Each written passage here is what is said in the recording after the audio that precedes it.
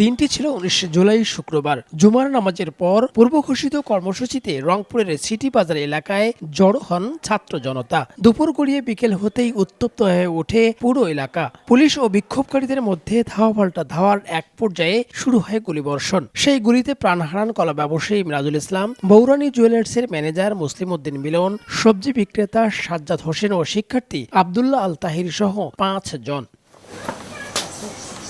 এসব হত্যাকাণ্ডের ঘটনায় মামলা হলেও এখনো বিচার শুরু হয়নি। নিহতদের পরিবার বলছে, প্রথম দিকে খোঁজ খবর নেওয়া হলেও এখন আগের মতো খোঁজ রাখে না কেউ। বিচার নিশ্চিতের দাবিও জানিয়েছেন তারা। আমাদের মামলাটা সিআর হিসেবে আছে, কিন্তু এখনো আমাদের মামলাটা তদন্ত সাপেক্ষে চলতেছে না।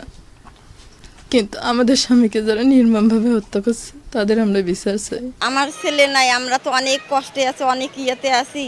এখন আমরা সবাই চাই যে শেখ হাসিনার বিচার চাই।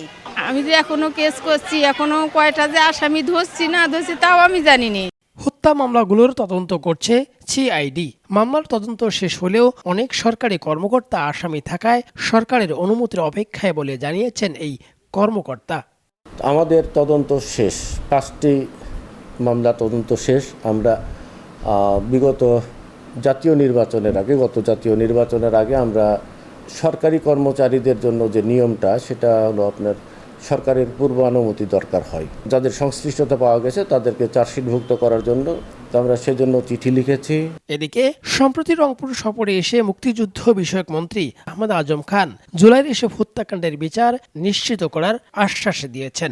ফ্যাসিস্টের প্রত্যেকটি দূষরকে আমরা আইনের আওতায় এনেছি, আনব এবং তাদের বিচার এমনভাবে দৃষ্টান্তমূলকভাবে করব যে সারা জাতি চিরকাল মনে রাখবে। 2 বছর পেরিয়ে গেলেও রংপুর সিটি বাজারের সেই রক্তাক্ত বিকেলের বিচার এখনো শুরুই হয়নি। দ্রুত বিচার শুরু করতে সরকার কার্যকর উদ্যোগ নেবে, এমনটাই প্রত্যাশা স্বজনদের।